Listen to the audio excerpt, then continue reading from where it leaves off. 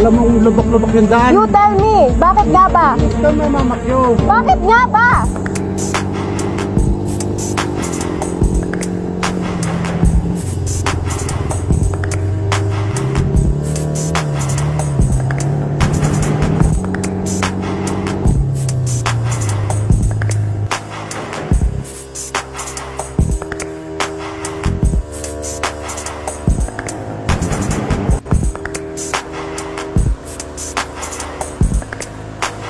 I noticed this truck has been hurting lanes without checking his surroundings like a dumbass. I decided to speed ahead.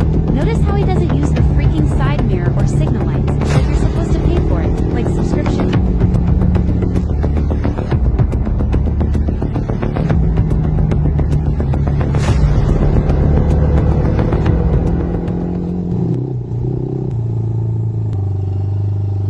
Kamusta? All good. Super good. Super good naman. Ayan, pick up! Sapakin natin.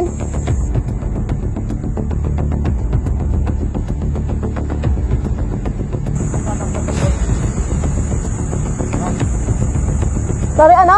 Mamakyo ka. Bakit nga ba? Ha? Bakit nga ba? Bakit nga ba? Bakit nga ba? Alam mo, lubak-lubak yung daan. You tell me, bakit nga ba? You tell me. No, you tell me. You tell me. Huwag kang mamamakyo. Bakit nga ba? You tell me. Nagit-git nyo kasi May side mirror ka, ako wala. Hindi ka gumagamit side mirror mo? Dumbass. Huwag ka doon na. Ikaw ang wag ganon. You use your side mirror. Bitches. Nagmotostick ko nila. Mga ganyan ka pa. Sira ulo. Wala. Pwede mo nga yung fucking plate number yan. Sorry po. Mais ka.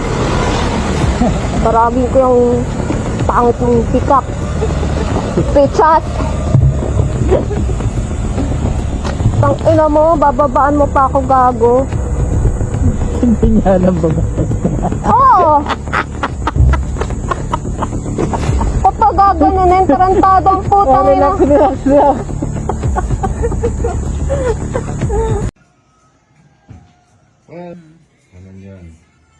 Is to be accountable. Earlier, di po namin naabutan si Kuya Jimmy Pascual sa bahay niya at sa work niya to personally apologize. So, I would like to take this opportunity to say sorry to Kuya Jimmy for what I've caused. And of course, as well as to those people who got dragged into the issue, sorry din po sa citizen of Zambales, the riding community, especially the off-road community. This issue is all on me. I'm still learning. This one especially the hard way. I promise to be more patient next time, especially on the road. And I'll listen to my ates and kuyas more. Na-feel ko na po yung mundong maraming galit and ayoko na pong maulit po yun. Again, sorry po at pasensya po ulit. Maraming salamat po.